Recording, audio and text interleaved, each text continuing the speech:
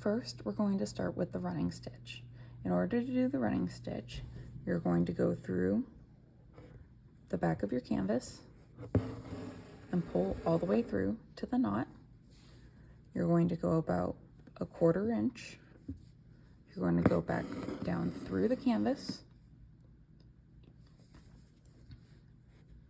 and you're going to repeat those steps. You're going to go up through the canvas, and you're going to go back down, pull through, go back up, pull through, back down, pull through, back up, pull through, and back down. Now I have 4 running stitches. Now I'm going to demonstrate the back stitch. To do this, we're going to go up through our hoop. We're going to go down about a 1/4 inch away from our last. And then we're going to go another 1/4 inch away on the back. Now that we've gotten to this step, we're going to go backwards into our last hole. This creates a continuous line. Now that we've gone into our last hole, we're going to go about 1/2 inch out. So that way we go past our last stitch and going back into the back hole. And that you repeat that over and over for as long as your line is.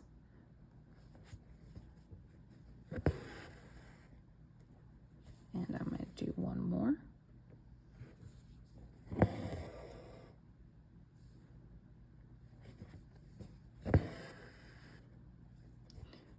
And that's the back stitch. Now I'm going to demonstrate the split stitch. For this stitch, we're going to go through the back. We're going to go about a 1/4 inch over and go through the front. I'm then going to I'm going to split about halfway behind my original stitch, and I'm going to split this original stitch in half, just like that. And then I'm going to go through again, just like this. I'm going to pull through. I'm going to go backwards again, and I'm going to split, make sure that I split the threads of the previous stitch. This is used to create a more unbroken line, whereas the back stitch, you do see each individual in and out. So I'm going to go back through, making sure to split the stitches.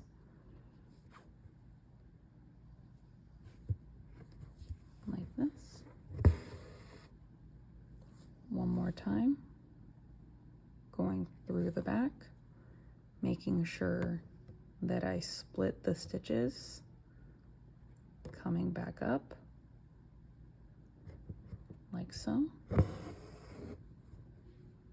and going back down. And that is the split stitch. For this next stitch, I've drawn a little circle, and it's called the satin stitch. This stitch is great to use when you need to fill up large areas of space. So I'm going to start at the edge of my circle, and I'm going to pull through, and I'm going to stop at the top of my circle,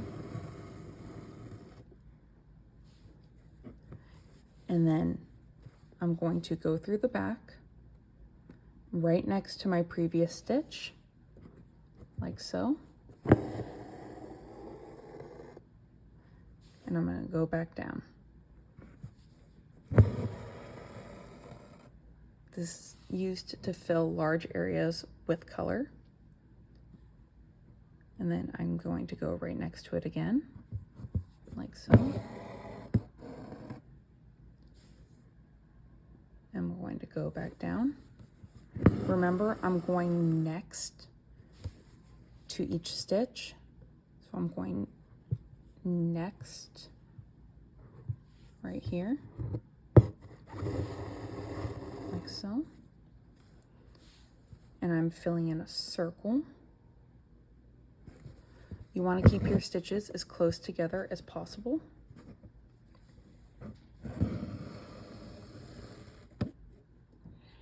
But you can always come back through on a second pass and fill in those gaps.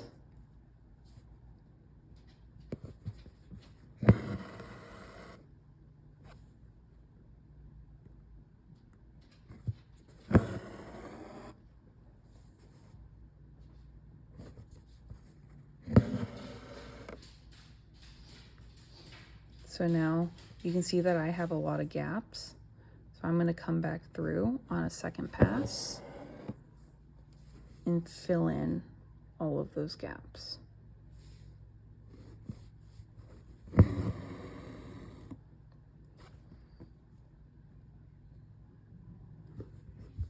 And that is called the satin stitch.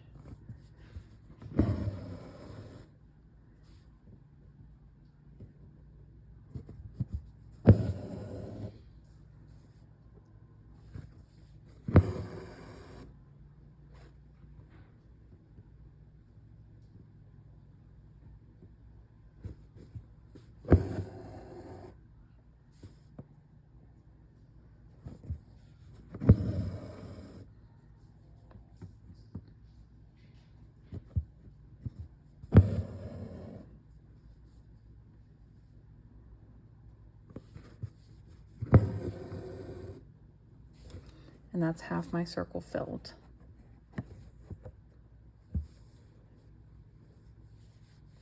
And that's the satin stitch. I'm now going to teach you how to do the French knot.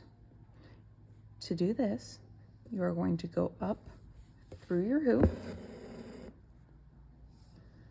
You're going to set your hoop down on the table and you're going to twist once. You're going to go right next to where you came in and place your needle.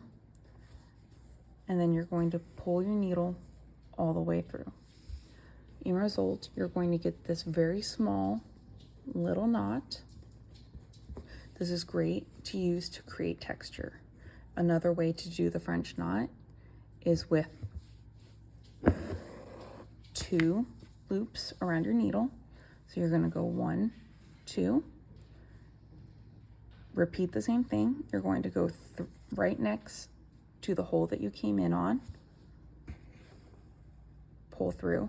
And you can see I have a slightly larger knot. And we're going to do it one more time. But this time we're going to do it with 3 loops around the needle. Ready? 1, 2, 3. And right next to where we came in on, pull through, and that's my largest knot. That's the French knot. I like to use these in a variety of sizes to create texture and to create interest in my pieces.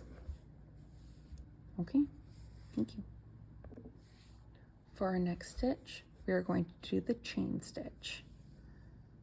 What you're going to do is you're going to come up through your cloth, and then you're going to go back down through the same hole that you came up with.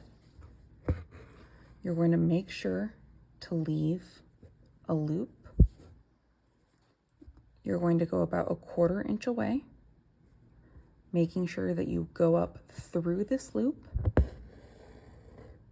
and you're going to pull tight, not too tight because you want to make sure that you still have your 2 loops here.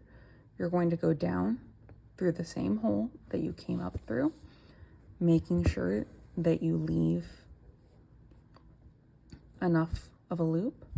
You're going to go another 1/4 inch away, making sure that you go through the loop. You're going to pull through, and that's your chain stitch. So let's do it again. We're going to go down through the hole that we came up in, not pulling all the way, making sure that we have a little bit of a loop.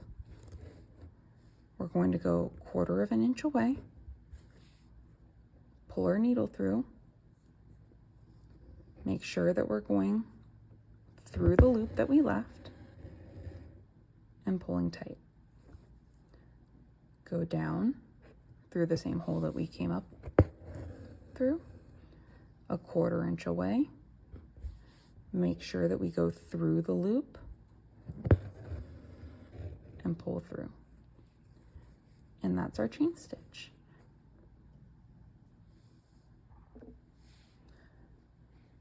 The next stitch we're going to do is the bullion knot. To do this, you're going to come up through your fabric. You're going to go down about 1/2 inch away, leaving a large loop of of thread.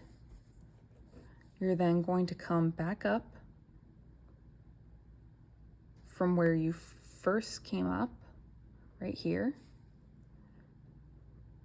but you're not going to put your needle in, you're not going to push your needle through all the way.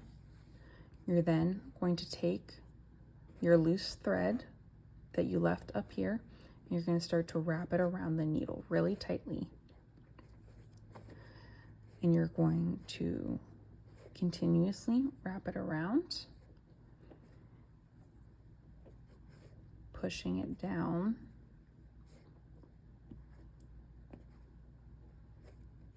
and then what you're going to do, and I'm right-handed so I need to turn this around, you're going to take your needle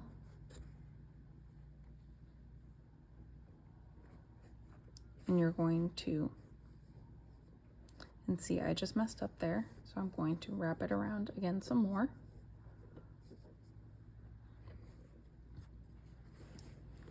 And this knot can be very finicky sometimes.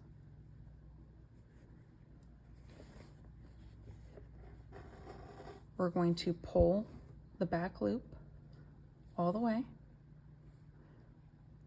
We're going to pull up our knot.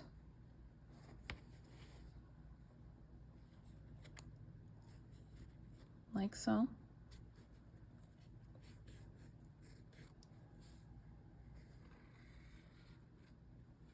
And it'll disperse itself over the area. Just like that. And then we're going to go back down at the very end. And here you have another textural knot. As you can see, it creates a tube of twisted yarn. It goes great with the French knots in creating different types of texture. If you want your loops to be spread out more, you can just take your needle and kind of fidget with it until you're happy with how it looks. So let's do it one more time. We're going to go up through our fabric. We're going to go down through our fabric, leaving a lot of extra yarn or thread. We're going to go up through the same hole that we had previously gone into. I made a mistake. You want to make sure that you don't pull all the way through the hole, or else it can be really hard.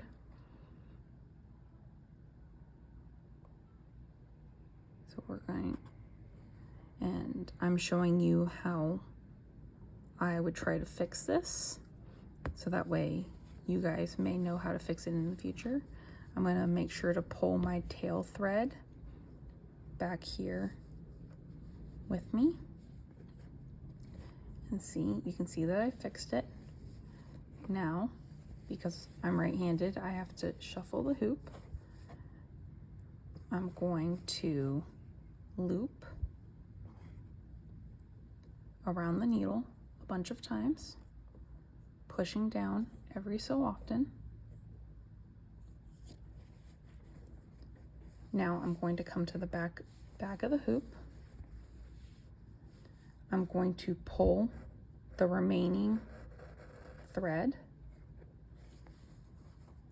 from here. And now I'm going to pull my needle through. And it takes a little bit of shuffling. But now that I've gotten my needle all the way through, I'm going to go back down where I went down originally. And that's my bullion knot, as you can see.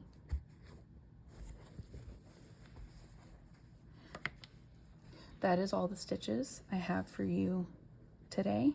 Thank you very much. And if you need to pause, rewind, or slow down this video, please feel free in order to get a better understanding of the way my hands are moving. Thank you so much. Bye-bye.